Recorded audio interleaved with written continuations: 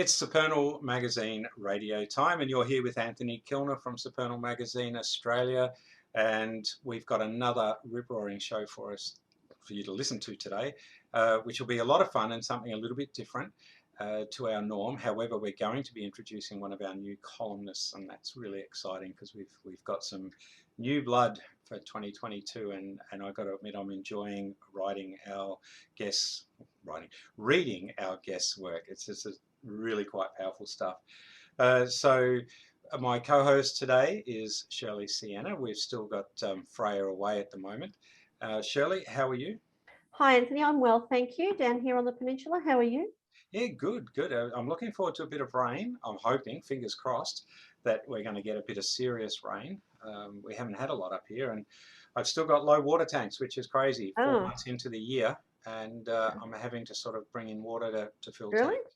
Yeah. It's mostly for the garden, but yeah, it's just we're going through it. It's dry, and it's what it is.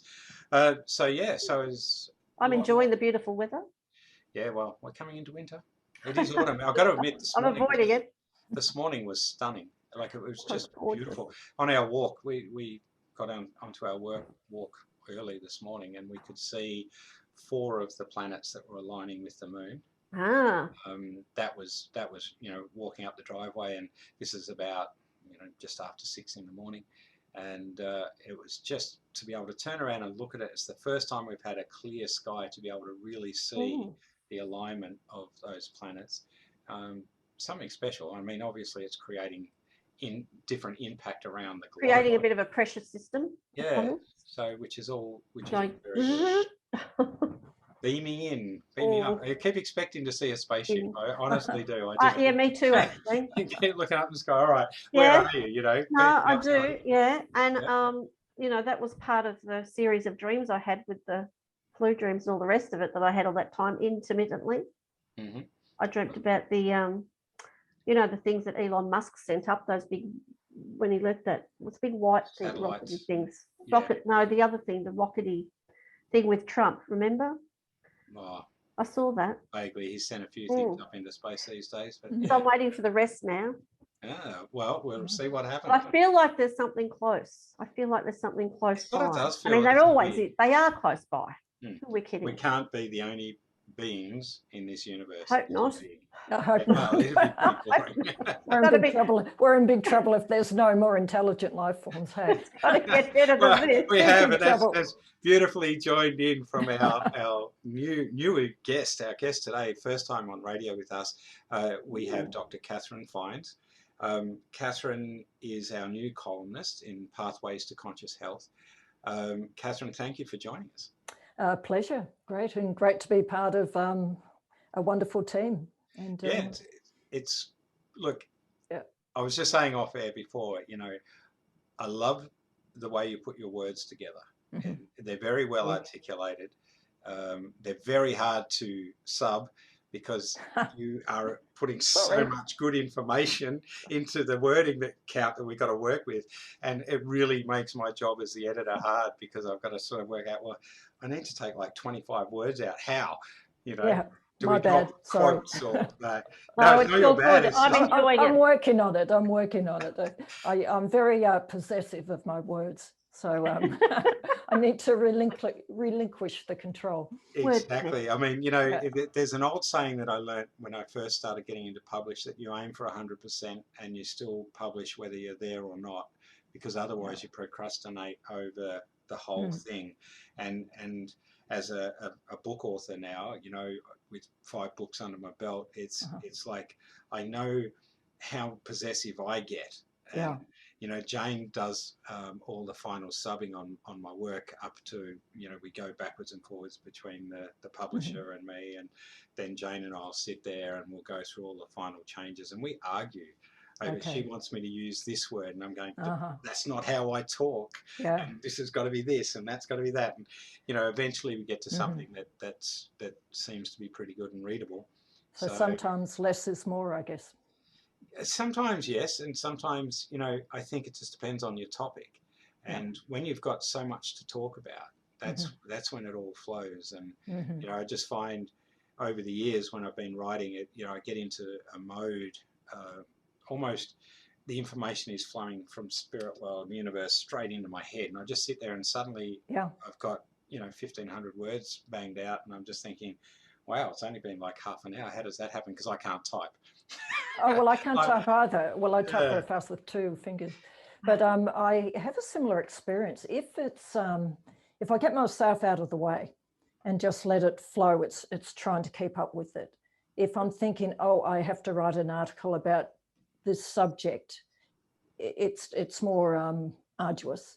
And that's the difference. Way. That's the difference between you thinking about writing the article and what's coming in, the inspiration of what's coming through for. Yeah. That is a big difference, which people that sit in spiritually, design classes always ask, well, what's the difference? How do I know? Well, you've just explained it. Well, exactly. And sometimes the flow comes at the most inconvenient times, like when you're driving or out on a walk. It's like, oh, I wish I could remember. Wish I could remember that. It was really funny that the first song that I wrote for my band, I was picking up Jane from work and we were heading out for dinner somewhere or doing something. And I remember I had jet ski in the back of the car and was sitting there and she's just breathing away and the car's just doing this little gentle rock, with her breathing. And the dog. I gathered. And basically I just sat there and found a scrap envelope and I wrote this whole song out. Wow. In like 5 minutes. And then I went to band practice. I came back, I typed it out so that everyone could read it. And I said, right, here are the lyrics. We've got to put music to it. And it's the first sort of speaking, singing role that I've done in the band because I don't normally sing. And when we played it live for the first time, and you probably remember it, Shelley, up at Upway. The first time we sung it live, everybody just went, oh wow, that's really cool, because it's all about letting go of fear, letting go of relevant stuff that drives. Very relevant. And that was probably 4 years ago, I think now. It'd be about 4 years ago. So that inspirational writing is something that I just think is magical.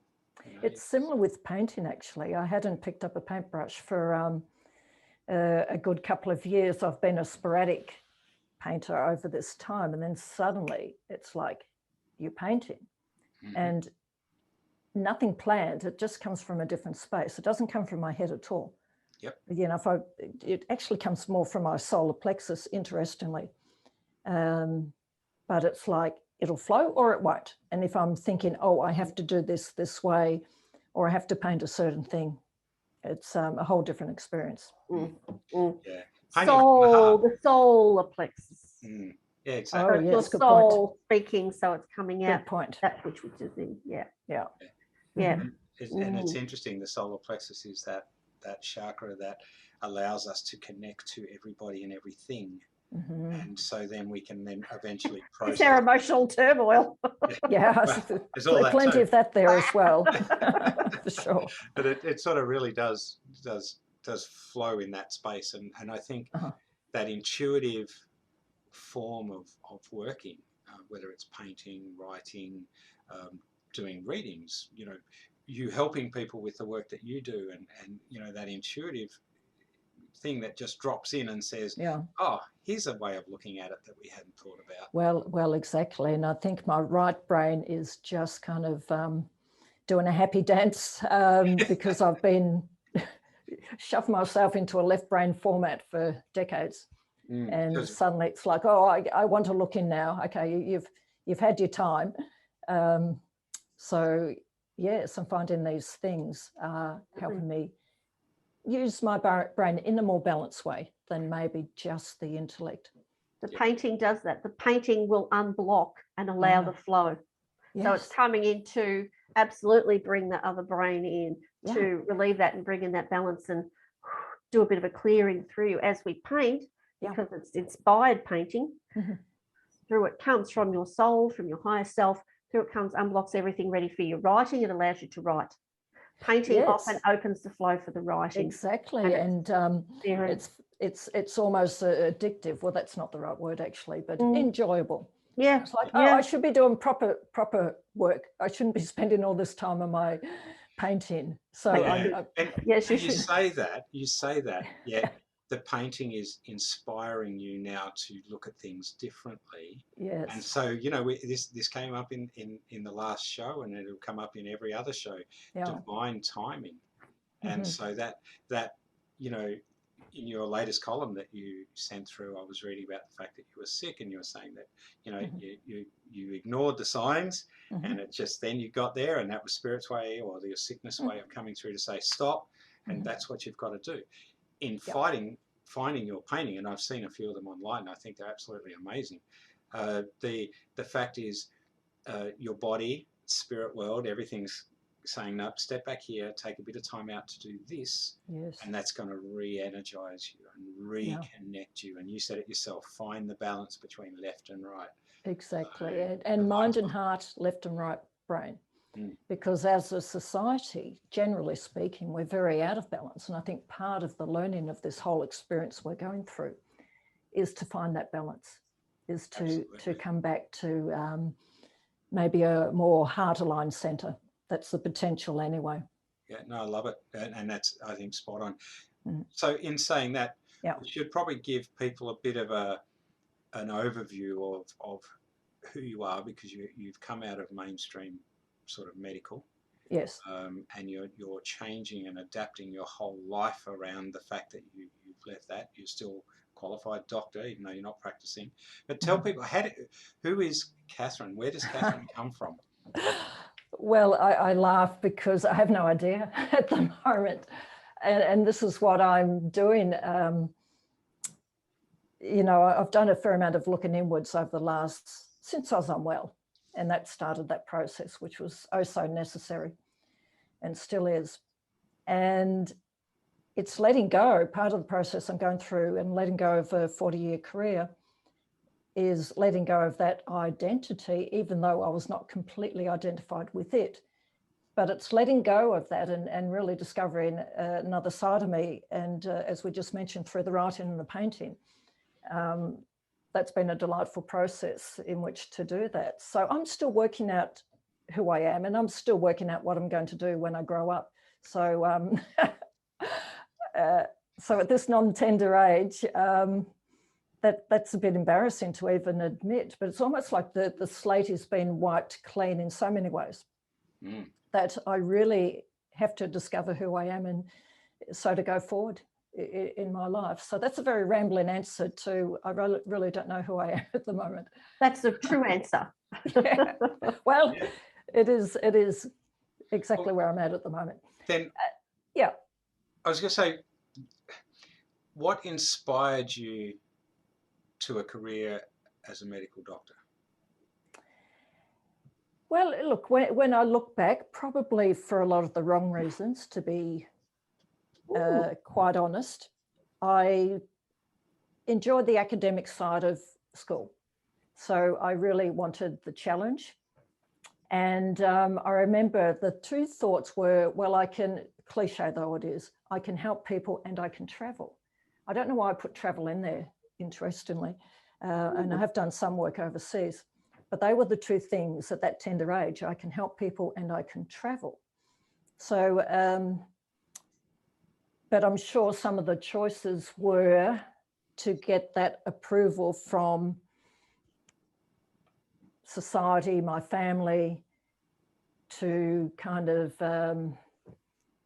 how to say, I'm trying to find the words. Yeah, to say, well, I'm doing something significant, therefore I'll keep my place in society. I'm not explaining that well, and probably this should be another article I could write as I'm thinking. So some of the reasons were good and some of the reasons were maybe not really heart aligned, because I was not someone who at the age of 7 wanted to be a doctor. Mm-hmm. In fact, I wanted to paint, interestingly. I wanted to work in nature and work with wild animals. So I really got off that path. Yes. Well, not according to your birthday numbers, which I'm staring at. Okay. But that's coming now. So that's what you're doing now. You're painting. Yeah. And look, part of it was I want to do it because I want to see that I can actually do this. I can have the discipline to go through the whole process. And I love learning. I love studying. I love learning. And that was a big attraction as well. Yeah, well, I think it's interesting from the point of view, I think, where you've started, where you come from, where you end up in life seems to be really interesting, because we start off thinking one thing and we aren't aligned in that, and then we go somewhere else, yet that experience gives us that understanding here. So for example, I never wanted to be a mechanic. I always wanted to be a chef. And so I ended up not getting down that path, but ending up out of nowhere getting an apprenticeship as a mechanic. So I spent 20 odd years, well, not even 20 years, going through, becoming a mechanic, becoming a very good one, always looking at why things don't work and what can happen and all the rest of it. Yeah. And then I started my spiritual journey. And then in that spiritual journey, I realized that my mechanical background helps me to make sense of things for a lot of people in the way I talk. Oh, 100%. And so nothing's ever wasted, ever. Exactly. Ever. Exactly. And I think looking at the bigger picture, because really at heart, I'm a healthcare reformer. That's what I'm about. And I think that's part of why I'm on the planet. And I really, really had to experience the whole medical system from the inside to know it at that very intimate level. Yep. So if I just looked on it from the outside, it would give me some knowledge and some information, but I felt I had to experience in that. And for my personal growth and to deal with people at a very close level for all these years has been invaluable experience, and such an honor to hold the space for people with their various concerns. Yeah, and how can you make something better or do something better if you're not already doing it? It's something, that thing. That's the only way you can know, I can do this better, I can bring this change in. So you have to be on the inside to do it. Yeah, and look, that might be quite arrogant of me to even say that. No.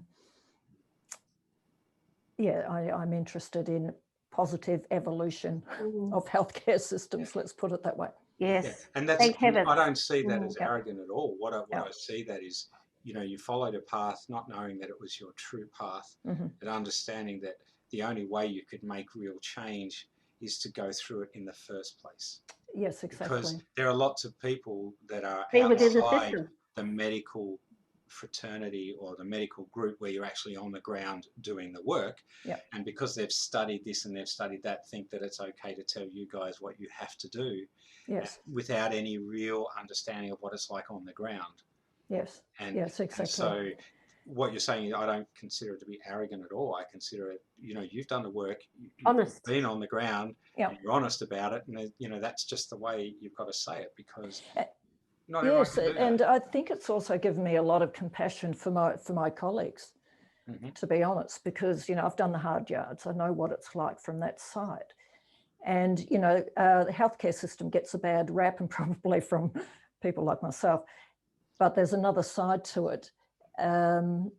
There's the human side of it. So I know what that's like. I know what these people have to deal with.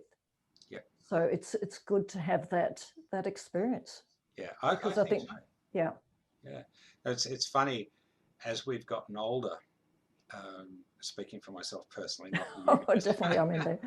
As we've gotten older and we've been dealing with sick parents and things like that, we're at the chemist this morning grabbing some stuff, and Jane said, there was this old guy in there and he was sitting there waiting for ages, and they finally got around to giving him his script, and there was all these things in there, and she just had complete empathy for this poor guy by himself, older, and this parcel of drugs that he's got to take, to keep himself alive, or whatever the case may be. We don't know what they were for. When I was 20, I wouldn't have paid 2 hoots of attention to somebody getting a script, labelled each day of the week, because that's what they need, and blah, blah, blah. And I think the evolution of life brings us to a point where, hang on, we've got to have an empathy there for these people. And all of a sudden, oh my gosh, I could be there too. Yeah. Oh, absolutely. In the not too distant future. Oh, yeah. Oh, yes. But most of us, and I say most of us, I'm going to reflect it back on me here, but most of my life, I didn't care what people were taking stuff or not. I don't even take an aspirin unless I'm really, really, really desperate.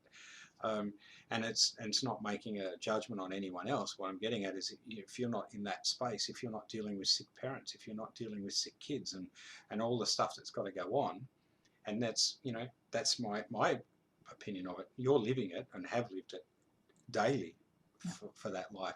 So you're seeing it on a bigger scale where other people wouldn't even take notice of it, Shirley. Yeah. I think this whole couple of years of COVID stuff has revealed to me that what you saw in the chemist, that how people, there is so much of that going on. I had no idea what people were taking and doing and dependent on and going on their health, because I'm like you, I don't take anything unless it's an essential oil. True, drops of ginger in my water, that'll keep me going. Oils. So, but it's really brought it home to me, and I'm really seeing perhaps that which is out of balance. And so, and they're just, people that haven't followed your journey and experience of what you're doing, bringing the balance in, people haven't got, my words, hang on. People, unfortunately, aren't having people advising them and assisting them to find the balance. So they're so dependent. It must be very overwhelming to be dependent on so much medication with what's going on and what's happened over these 2 years. The changes and the shifts and the implications and the system being under huge pressure for so many different reasons. There's a lot of fear out there because there's things that aren't being attended to as they were. That's right. Everything. And a lot of their medical advisors perhaps haven't shifted into the place where you're at. So perhaps they're still very, they're not doing the two-brainer. Yeah, exactly. You know what I'm being careful about. Oh, yeah, totally. And so there's not that, yeah. Yeah, look, I think everyone is doing their best with what they know. It's as simple as that. And that old man in the chemist getting his bag of scripts, I mean, he's doing his life perfectly with that, with what he knows. Yeah. And to try and jump in and change that for him would just add a lot of disaster. Exactly. I'm assuming, I don't know for sure. So it's delicate. It's delicate. Very delicate. I think what we're seeing is a gentle or not so gentle letting go of systems or transforming of systems that maybe are not serving us as well as they might if they ever did. So we're seeing the pinnacle of that dependence on the external agent to save us. And I wrote an article about that, what I call the external locus of control. And not to blame anyone, we've been well and truly trained to get to that point. So it's like, okay, this is a problem, here's the solution, the magic bullet, off you go. You don't have to do anything internally, just go and take that.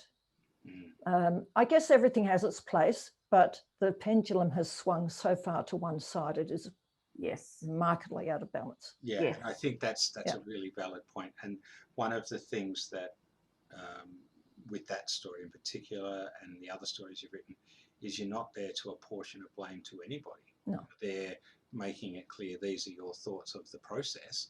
And that's what's important too for balanced writing, because everybody's got to live with what they live with. And I think the older generations, like my parents and my grandparents and things like that, they grew up in a very different world to what we're living in right now. And so, you can never judge them for their choices because they don't actually understand all their choices, I don't feel. And that becomes really tricky. And in your space in the past, I would imagine that would have been very hard for you to sort of work in and around all of that with some people because they are set in their ways. It was interesting, and really I had to work with their reality.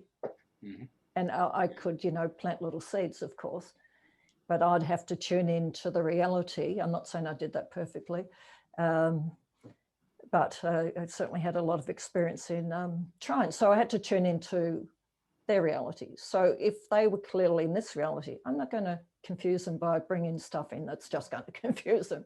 If someone was open to hearing things I might say that were maybe a little bit more lateral thinking to mainstream, then we can have that discussion. And look, really, everyone's playing their role. Everyone, you know, some of the roles we don't like, obviously, but everyone's playing their role. And Dr. David R. Hawkins, who was an American psychiatrist come spiritual teacher, you might be familiar with him, wrote some great books, including Power versus Force. He spoke of the absolute innocent gullibility of most people. You know, it's such an innocent quality, but because of that, and us being part of the collective conscious, very human quality. It's yes, very it is. human. But we're very programmable because of it. Exactly. And that Take has advantage of. Yes, and unscrupulous individuals, as we know, can well and truly take advantage of that. And they've taken advantage of that in a very, very concerted, meticulous, systematic way to take advantage of that innocent gullibility.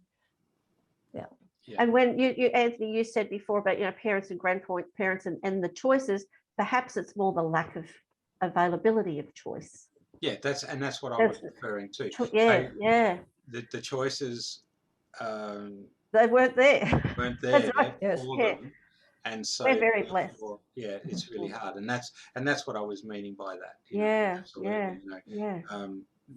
I think as we get older, we seem to get very more stayed in our way of thinking, and it's very hard to change that. And that's what we started the show with, in a way, with you, about how you're changing your whole demeanor in a way. But well, it's very relevant to what I'm going through, because and I'm writing this in the next article, that I'm all for change. I'm all for taking the leap and doing that until I'm in the middle of it. And it's like, beautiful. Oh, wow. Okay. Then reality hits. It's like, okay, I can see there are pros and cons to this. But I am, and change is inevitable. But part of the beauty, of letting go of something that I was so entrenched in is I have to think differently. I have no choice. So I have to extend myself beyond what I thought I was. And that's a good thing. Well, that ties in beautifully with your kin, which is part of the Galactic Maya calendar that Shirley will continue on with. Okay. It's your red resonant earth 137. And the first thing I did was 11. And so the 11 is about stepping up into the pillars of consciousness and awareness and change, and being able to let go of the physical, move more into the spiritual. And I don't mean that in, you know, suddenly becoming woo-woo sort of thing.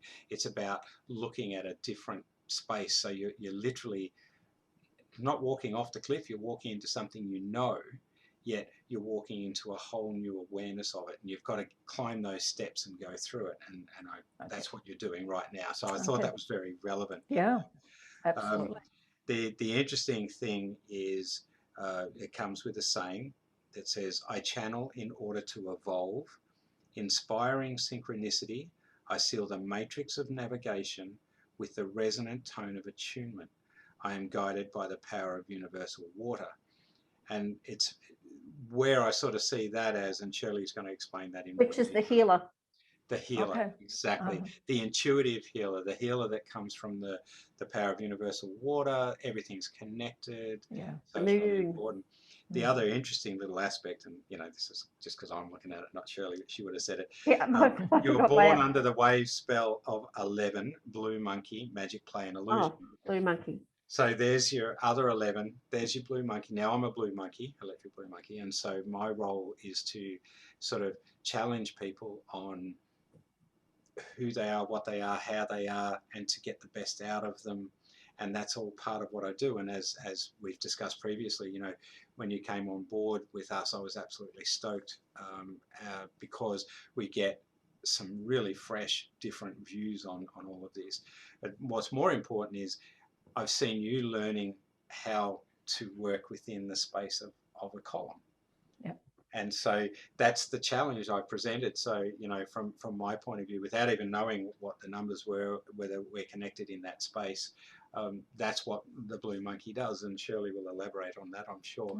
But I find it fascinating looking at this and then looking at the people I'm working with and how they inspire me the synchronicity that has allowed us to connect, you going through the transition from one to the other.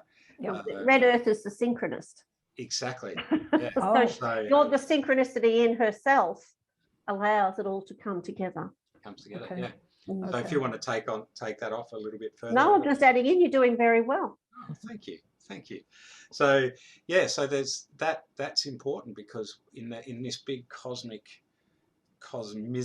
thing that we live in, understanding these little snippets of how they all go together is really important.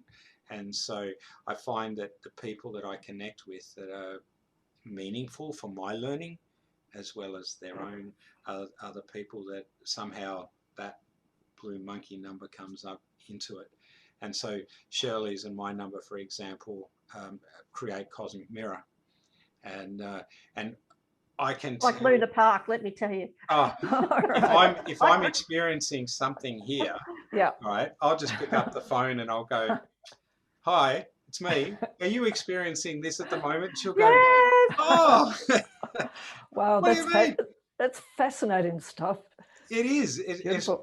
And so between us, and this is, I guess, a way of tapping into that universal energy of, or the flow of water, or the emotions that we all tap into. We all have our own unique way of understanding that form. And so, you know, I've never forgotten the first time that Shirley rang me up and said, OMG, you know, I just realized your numbers and how we connect and what's going on and all the rest of it. And since then, we've not been, like, we always connected. Yeah. But now I'm learning. Rhythmic mirror too. So we've got that rhythm. Just moves, It's very powerful. And it's all there. And you just go, wow, okay, so that's how it works.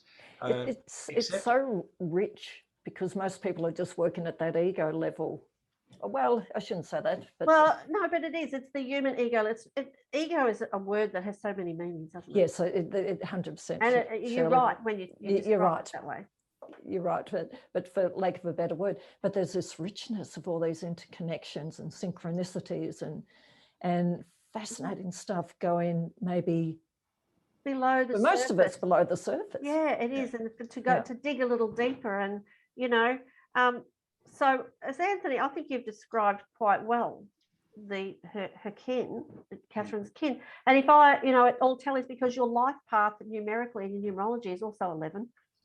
Okay. So I haven't actually done those numbers. I just looked at this. Okay. So and you're here to be for humanity. You know, you're here for humanity, that sense of self, and you have also enough threes and things going on in there as well to bring out that artistic endeavor. Okay. It's mind, it's emotion, and it's artistry and flow, and to be of service and keep your sense of self through it all while I assist humanity. It's very much humanitarian, caring, doctoring, nursing, whether it could be the banking, the plumber, or the doctor, you're it. Yeah. You know, and he's the artist, but it's for humanity. And understanding that a public, little bit. for the public, very strongly. Yeah. A little bit further too, Shelley. The guide is the moon, which we talked about. So that's the intuitive flow of water and life. The analog is wind, so it's spirit, communication, and breath. So it's about how you communicate, how you put yourself in there, how you connect with, however you refer to spirit or religion or whatever, doesn't matter. But it's that's thing. Your antipode is accomplishment, know, and healing. It's the blue hand. The blue hand. Wow. And so we also are connected, which we've already met, and I feel we are. Yes, I already know that. And then, of course, the occult, the seed, is flowering, targeting, and awareness. So seed is the inner power, is it? Inner power, that inner growth, that, all these things. What seed do I plant? Yeah. Flower and grow. And where's it gonna take me? You know, but you've got to plant the seeds first for that to happen. And so it comes back to that, going with the flow and understanding that with your communication skills, with your healing skills, with your knowing, which knowing is a really strong part of your intuition. And a lot of people don't realize that. They go gut feel, yes, knowing's just as important. Oh, I agree with that. Everything, information is part of it, feeds the intuition, doesn't it? That knowledge. It does. So this is you. This is why, this is who you are and why you are, for that very reason. So Just a nice little sort of tidbit about. That's lovely. That's lovely. Who you It's are interesting because I know I'm here for humanity. You are. Like I find some people outright scary, but I know I love humanity. Does that make sense? Yeah. Yeah. I think that's that. You could go into politics if you choose as well. Oh, really? I'm not actually. It's there for you if you want to take a little bit of political agenda and vendor. It is actually there. You could put your finger in that pie somehow. Oh, it's interesting that happens. A few doctors who've kind of left or been edged out of the system are turned into politics. Mm-hmm. I don't think it's a bad thing. Yeah. I don't think that's a bad thing because, again, these are people that have experienced life from a multifaceted direction. Multiple people from the inside, everything. So they're actually more in tune with what's really happening. The kink in the system. Yeah, exactly. Than a lot of politicians, because a lot of politicians have no idea what it's like to live a life of poverty, or to know what it's like to live a life of struggle, dealing with hereditary disease, brought-in disease. Hey, we need a new health minister. Yeah, sure do. Did I say that? Yes. Did I say that? Yeah, we do. Well, we do. Now you've just planted the seed. He's retiring. He's leaving. We've planted the seed. That's it. Yes. Well, I think there's some other. There's some good people out there who are finding their way into politics. Yes, there is. Just remember, if you do become the next health minister, just don't forget little lowly Supernal Health. I can't see that in the immediate future. I'm not really politically savvy. I don't have a great deal of knowledge. That's a good thing. Maybe. A good thing. Maybe it is. But I hear what you're saying. If you're just a bureaucrat and you're just in as a bureaucrat, that's very different to having that kind of more soulful life experience and having had a few challenges and over the time. And I must say, as a doctor, to be able to bring to the table my experience in that, I have some understanding of what you're going through at a feeling level. Not with everyone for everything, of course, but for some things, it's definitely helpful to actually... The empathy factor, which doesn't often come in when you walk into the surgery. Well, it's kind of been shoved to the side a bit, hasn't it, recently? I can't speak, obviously, for every individual practitioner. I'm sure there's great ones out there. There's no doubt there's great ones out there. But the system, we're talking about the system. Yeah, absolutely. Has become fairly harsh. Yeah. Very harsh, in fact. Yeah. As a question then, just based on what Shirley was saying, I know lots of, or have known doctors, but they're not empathetic. They're just looking at it as a logical extension, like a mechanic would. A, B, C, C's broken, whether is it A, is it B, or whatever. Compassion is not even there really in a lot of understanding. And is that something that you think has been, like you just sort of indicated, been bred out of them because that's the way the system wants to treat humans? Look, it's a question I've really pondered, and not just within the system, but our society as a whole, that this, but particularly in the medical system, generally speaking, this almost cold, heartless, following protocols sort of thing that is expected of us.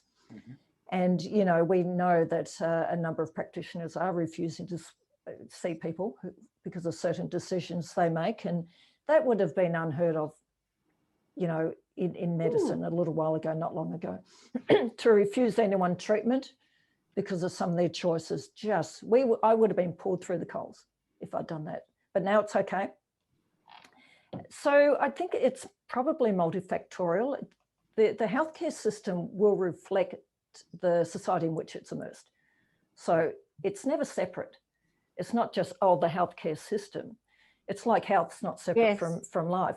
So it will reflect the society. And if it's kind of a more left brain, intellectual, quick fix society, that's going to be the sort of healthcare. Correct. That makes so much sense. And everybody, that makes sense because everybody is on that. Yes. Help me, mask this, fix this. Yeah. And we are our health, our body. So therefore it has to reflect it. Exactly, because everything's holographic, I believe. Everything's a reflection of everything else and a part of everything else. And I'm sure I could be accused of this in the past, no doubt, but I think a lot of doctors cut their hearts off from their minds, not intentionally, they're not bad people. No, I'm just thinking if it's self-preservation. Yes, it is, because trying to sort out someone's complex problems in a 10-minute slot or 20, it's actually humanly impossible. It actually is. And that's one of the things I particularly don't like about the modern medical system is this, you know, drive-through medicine. It's become worse with the telehealth, I believe. That, okay, your problem fits into a time slot. Okay, off you go. You know, you can just skim off the surface stuff in that time. So I think that mechanical sort of component has come out of people in that system trying to survive it. Because there's huge pressure. I mean, there's huge pressure. There's all sorts of people are complex and they have all sorts of complex problems. You don't know what's going to walk through the door, and it's trying to get through that as best they can. It's the change in, it's the social engineering. It's a whole host of things. I'm sure both of you have a lot more insights about where it comes from. Well, I was just reflecting with what we were talking about back to, and I still remember Dr. Morano, who used to be our local GP in Lilydale. And, you know, when we were having troubles conceiving, he was there through all of that. Each of the children were born in the Lilydale Bush Nursing Hospital, as it was back then. Mine were. Yeah. And he attended the birth of all three. Now, I don't remember seeing bills come from him to attend the birth of our three children. But he was the sort of doctor you could walk into and say, hey, I'm feeling pretty mentally challenged at the moment. I don't know what to do. And he would spend that time to talk to you and talk you through it. And, you know, I feel that, and this, what you said makes perfect sense about a drive-through doctor. You know, everyone needs to get to work. Everyone needs to do this. Everyone needs to do that. But I always remember him very kindly because of the fact that, you know, his two young kids wanting to conceive, nothing's happened, and having to go through that whole process that led us to get onto the IVF and all of that stuff, yet being really sort of gentle and empathising with us in that space. Yes, I don't think you see that now. No, and I have the greatest of admiration for those doctors who really, a lot of them devoted their complete life to their work, you know, complete life. And as I said, I have the greatest admiration. And it's not the individuals I'm talking about, it's the system. Yes. It's the system. And particularly now when, you know, practitioners are being forced really to, you know, practice in a certain way. And if they don't or speak about it, then in no uncertain terms, they are often investigated. Do you think, in that, do you think that with the advent of COVID and all that's transpired in that space, where everything is actually sort of taken a step back, do you think that, you know, because before employees were saying, if you don't come to work, you don't get paid. If you don't do this, you don't get paid. You know, you're out of sick leave, so you're not going to get paid. And the doctors are then put under pressure to get them back to work ASAP and all this sort of stuff. So that's that drive-through doctoring. Do you think, or do you see the possibility of a change where things might be, the doctors might take a little bit more time now to help their people because the pressure's not on the people to be back at work at 100%? Does that question make sense? One would hope so. Would hope so. And again, it depends on the individual, very much so. And there's some great practitioners out there. We'll see. It's we'll just a thought process, because I heard from one of my clients who's been basically a friend now, she's been with me for so long. We've shared the same GP, and he's retiring, which I think he, in all honesty, I think he needed to. But, you know, it's really interesting because, I think he was feeling the pressure big time over the whole COVID thing, and I think it's just got to him.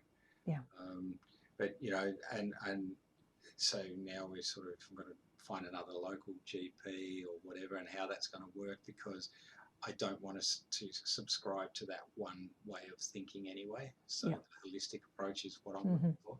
So just an interesting thing that I think a lot of doctors are retiring, or they're moving on, as you say, because of choices. But it does put a hell of a lot of pressure on the remaining ones. It does, and I'm quite conscious of that, and I do feel guilty, to be quite honest. Now and again, it's like, oh, maybe I should have stayed in the system and done my best within the system. I did think about it for a long time. It was not just it wasn't just a, spontaneous sort of thing, like, oh, okay, today I'm going. So I thought long and hard about it, and I just did what I felt was the right thing for me to do. But it's not going to be the right thing for other people to do. No, that's true. And, I've been in the system, I've worked for 40 years, so it's easier for me. I don't have a young family I'm looking after. So someone who's only started out their career, they're probably highly in debt and they have young family, completely different situation. The decision. So how do they stay in their integrity and continue? How do we build a new system that works? Well, that's what has to be done. I agree, Shirley, and thank you for saying that, because I was going to say the same thing. It's going. So how does this new one build? Yeah, exactly, because I don't think we go through something so massive as this for change not to happen. Very significant change. And I think a lot of those systems that maybe are controlled by individuals or groups that don't necessarily have our best interests at heart, they need to evolve positively. So how do we bridge that? Because so many people are dependent on the old system. Do we rip the Band-Aid off?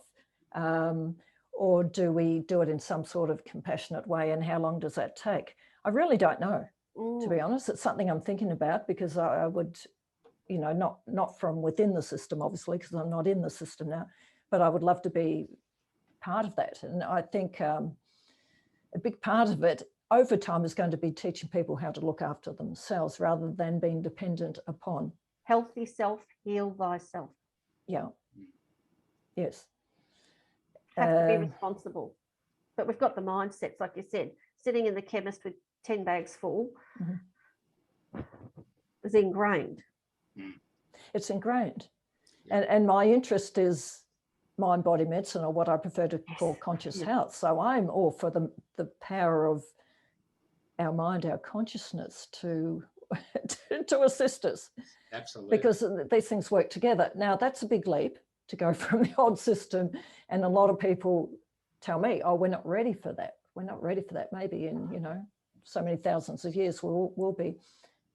I don't know. Absolutely, we're ready. Okay, good. Because I think there's the potential. We sit down, we meditate, we listen to our body, we get the messages, we adjust our life, because, does ill health even have to be a given? It's so much part of what we know that we think it is, but, is there a reality that we don't have to experience ill health to the extent that we know currently? Again, I don't know the answer to that, but they're questions I ponder. I think, and that's probably the point here, is pondering, because we're speculating to a point, which is pondering. We're looking at it, in a lot of cases, I don't think people would be able to deal with a rip the Band-Aid off type approach. No, they won't. Because it would just, it can't be the end of their world. I mean, people are struggling now with what's going on, let alone everything else. So it's an interesting one, and I think getting people to understand, and you wrote this about yourself, being sick gave you the time to contemplate that inner space that you went into, to reflect on, okay, why is this happening? And there's multiple ways people can do that without it being, so woo-woo that they can't get it through the minds. They have to go here, they have to go there. And so coming from somebody that's got your background, I think just gives people that bit of impetus, that bit of legitimacy. Yeah, and say, maybe I can do this. And it's not at the exclusion of looking after the body and caring for the physicality. That is a reality. We are in a vehicle. Yeah, exactly. But good healthcare is working from the inside out, but and the outside in. But I think it's more from the inside out. We're just not trained to do that. It's not part of our collective consciousness at this stage. And the training. So the training given to all the healthcare professionals, doctors, nurses, and whoever else and whatever else. that has to change from the very first page they open of a book. It probably has to change from prep in school, is my feeling. Yeah, exactly. It's a different, completely different way of thinking. I think getting back to what you were saying, Anthony, about the mechanical approach to healthcare, treating the body like it's a machine. Now, that has its usefulness at times if there's a broken bone. That mechanical approach is actually very, very helpful, but we are much vaster beings than just that. Yep. And the way I see how, the mind-body connection, it's not linear cause and effect, Newtonian, upon which modern healthcare is based. It's more holographic in that, as we were saying before, everything is a reflection of and a part of everything else. So that's where the mind-body connection is. It's not one causes the other. It's a state of being, continually feeding into each other. So it's a different way of looking at it. Yeah, and not everyone wants to be able to look at that, because and that's their choice, of course. Yeah, it's also looking at chakras and biochemistry. I can hold both in my mind. I don't see any conflict, in fact. They're just different levels of interpretation. Yeah. Some people do. I think some people totally see, as they do, discovering spirituality. They have to go home and shut it off. It's like, I can't do it at home. He doesn't like it, or she doesn't like it, or whatever. But they do split it. They split their lives. It's integrated. It's just one thing. One being. Totally agree, Shirley. Everything is spiritual. Like it's even a non-word. It's sort of like the word has become weird to use, because people put it, they're spiritual because they'll be not looking like I'm looking. They'll expect me to have my dreadies and my look in the whole bohem. I used to have a shop, crystal shop, a wellbeing centre, a whole hoo-ha. And I remember a lady came, she goes, "Oh, I was always wanting to come in, but I was too afraid because you had crystal, you had all this weird stuff." She goes, "Then I saw you through the window and you looked so normal that I was able to come in." I was like, "Oh, okay." I love it. But it does, because it's who you are. It's what it's not this. Look, people get mistaken identifying, labeling, tagging. Absolutely. 100%. Say that, because when I'm working with people, for example, I tend to use mind, body, energy rather than spirit, because spirit then, for some people that's too much. Yes. But when you start saying, well, your energetic system is connected to your physical system, connected to your mental system. And if all those systems are not working together, then you haven't got the motor car analogy. So your car is your physical body. The spirit or the energy is the fuel that goes into the car, and you are the mind behind the wheel.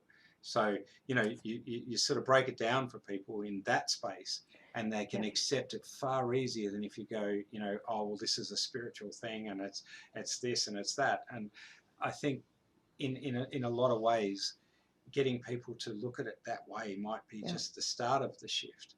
That's very skillful, the way you explain that, very much so. And it's really very logical. This is the thing. What people might call woo-woo, if they look into it, it's exceptionally logical. It is. As is quantum physics. It makes perfect sense to me. Illogical to deny it.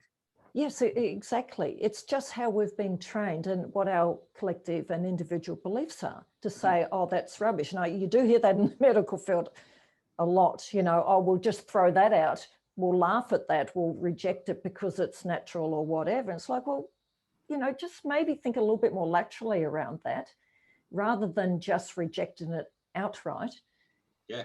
Because that is actually an emotional response, not a scientific response. And that's a question I'd like to put to you, Catherine. Why is there such a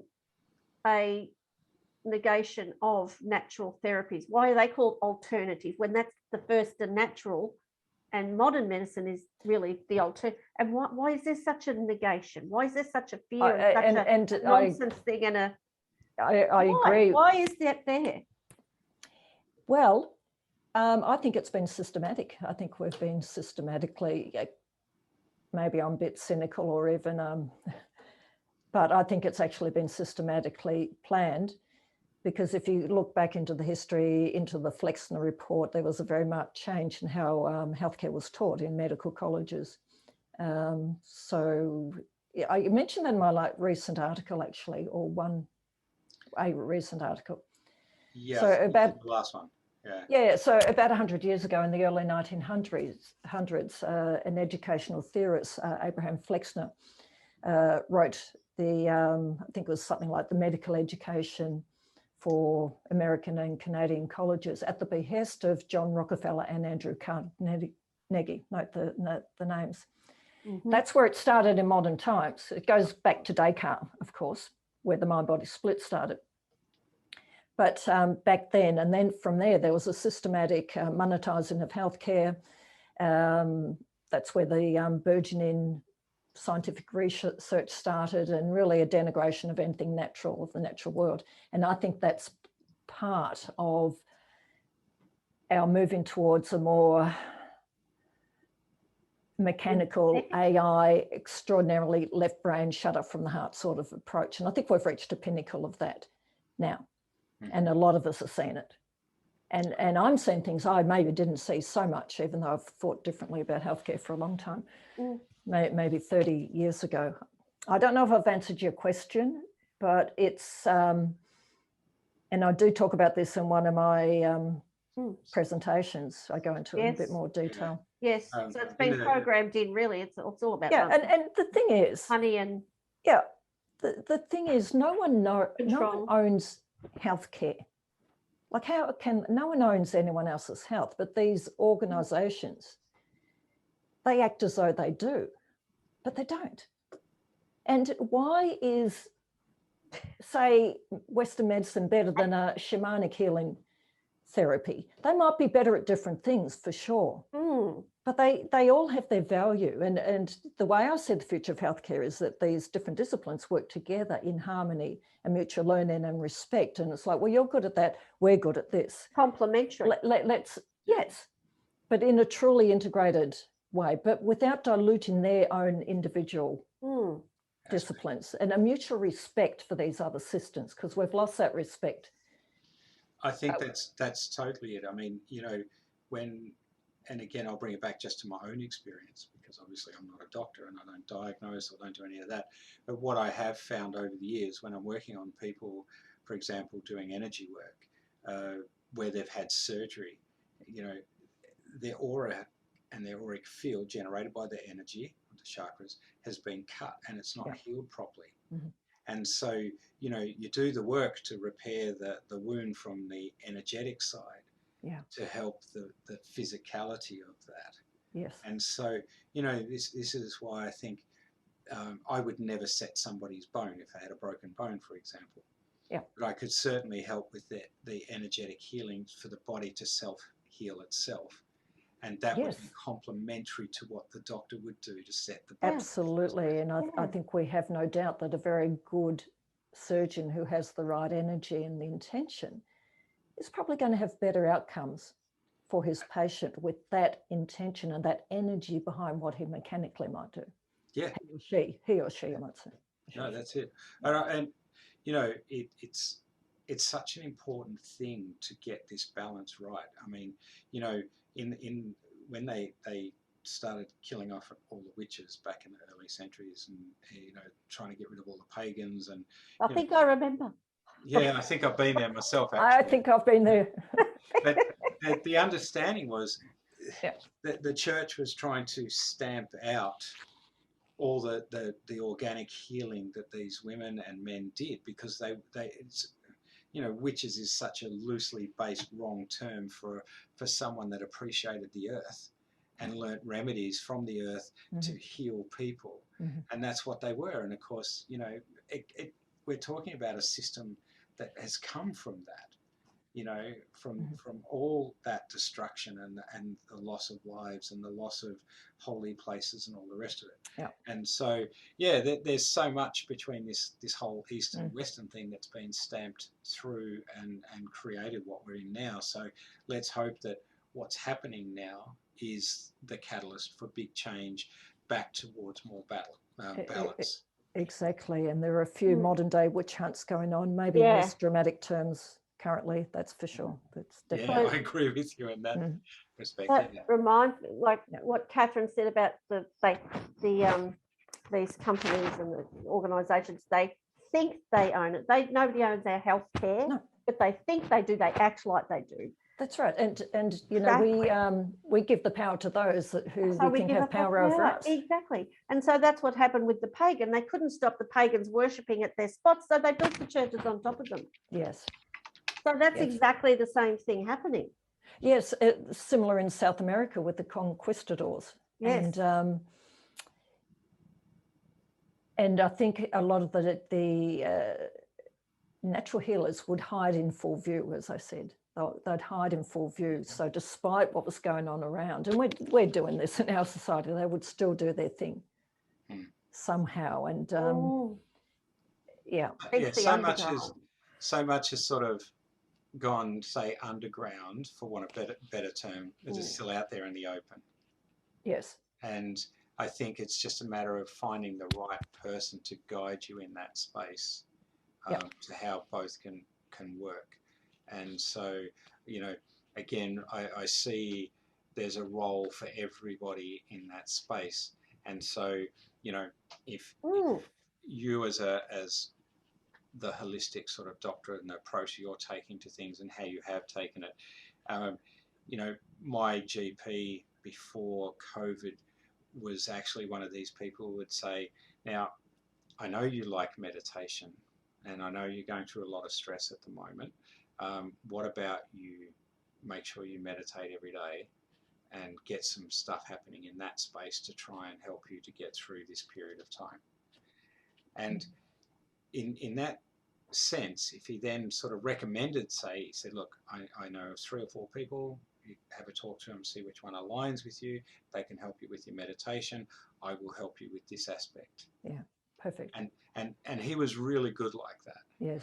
And so, you know, maybe that's because I walk in there and I say, well, I'm not here to take any drugs, I just need you to check this and check that. And, you know, I'm worried about some bruising because I've just had my motorbike drop on my leg and blah, blah, blah. And again, the mechanical then leads to the mental, and he was good at sort of asking a few questions, and suddenly I'm going, well, actually, yes, I'm dealing with my dad being really sick, and I'm dealing with this, and I'm dealing with that. And he's going, right, okay. So there's the holistic approach. Perfect. And so, you know, he changed at the start of COVID. There was I got that sense. But I think what he was doing was appreciating the fact that that's what I believed in the first place. Whereas if a person walks into their doctor and just says, right, I'm here, I want to be fixed, I've got a problem here and here, and the doctor, they're doing what's been asked of them in a way, and we've covered that in detail, but there's got to be a point where, you know, I always say to people, you know, if the pain persists, see your doctor, you know, the old ad from TV. Yeah. And so when we're working spiritually, you know, quite often people say, well, I'm feeling like my heart's racing and I'm feeling this. I'm going, okay, so that could be spirit coming around you. Do this as a technique. That'll tell you. If it's still there, call an ambulance. Don't be stupid. Yeah. You know, and I think I would happily refer people to a doctor, but a doctor wouldn't necessarily happily refer someone to me to teach people meditation. There would certainly be some, and maybe more than you'd think. Maybe that's been, there'd definitely be some. But I think we've been so distracted over the last couple of years that maybe that hasn't had a look in as much as it might, even though it's very necessary. But the limitations were just brought in. Everybody got shut down and limited. Yeah. So that's probably very much diminished in that. Probably. And it's so respectful too. It's respectful of the individual and their wants and needs, and that's how it should be. I mean, that's very much on that. We wouldn't be given the ability to create modern medicines and things that do all this stuff if we weren't meant to utilize them. But it's become out of balance, and it's become out of balance. It's all about money, and it's not necessary. The integrity is lost. And is it good for us? Just because it's there, is that good for you? No, it could do this, this, and this as well. There's no weighing up of the. No. The pendulum has swung that other way. You know, the concerning part for me is that the control. You know, very and almost draconian control, and it's so cold, and that's not what healthcare is about. And putting the natural therapists in such a position that they had to go against their integrity in order to stay open by doing what they. It's blackmail, quite frankly. Absolutely, and blackmail. I have found that horrendous, having to know people that have total pure body health and had to do that, to take a vaccination, that they were forced to keep their doors open to treat their patients who preferred their. That is criminal. Oh, I agree. I 100% agree with that. And that is certainly, it's going to be something. It's a mockery, to make a mockery. Ethically, I wonder about how people are going to be in 12 months' time that have worked in the medical field, our doctors, nurses that have gone against what they may have known and thought and understood, and still regardless did what they did. Yeah. And so how are they going to feel in 12 months' time or in 2 years' time, knowing that they're a party to this draconian? Responsible for people's death and disabilities that are coming forth. That's a personal integrity thing. How do they feel inside about what they see happening, that things are happening to their patients? And so many people in that position, or many positions, will need to be guided through that. There'll be a gamut of emotions that come up, and we have to hold the space for those people, and even if we disagree with what we're doing. Exactly. We hold space. And Shirley and I have talked about this on quite a few occasions. It's not going to be about turning around and saying, well, I bloody told you so, or you didn't listen to me. It's about, okay, how can I help? How can I help you? I've given plenty of injections in the past, long time in the past, in the bad old days. So, I'm guilty of doing that back then when I was, ignorant and didn't know and thought I was doing my best, and until I knew. And so that's a learning curve too. And as you said earlier, not over the last couple of years, I might add. But as you said earlier, that's the system that you were working in and through. Yeah, because they must know better. Yeah. Because the authorities, the experts, like why would we even question that? Well, we're questioning it now, or at least a few of us are, and I think more will, and that can only be a good thing. I think so. And refusing people's right to choose, and refusing informed consent. Yes. So that is the difference between not knowing and understanding yet, and being fully aware of what you're doing. Otherwise, you wouldn't want indemnity. Yes, exactly. It's there's that difference. It's changed it. Moral. Oh yeah. Well, look, we're rolling up to the end of this show. I think, like most of our guests, Catherine, it's all of them. So who's Catherine? What does she do on our magazine? I think we forgot to talk about that. I have nothing planned for the rest of my life. I don't know what I'm doing because I'm in a void. I'm just like, okay, universe, what's the next? What's the next step? Welcome to our world. And this comes back to that whole divine time of let's just do what we do in the meantime. And we have to meet up for coffee. And I feel absolutely. Let's do it. Privileged that you're working with Supernal. It's a privilege to be working for Supernal. Thank you so much for the opportunity. It's brilliant. Now people can read your stories in Supernal magazine. You can catch up. That's www.supernalmagazine.australia.com.au. People can read all the back issues. They can catch up with the last 3 or 4 stories you've written for us now, plus our features that you've participated in from last June, July. You happy for me to give out your website? Sure. Yeah. Yes. So it's Dr. Catherine Fyans, Fyns. Fyans. Fy.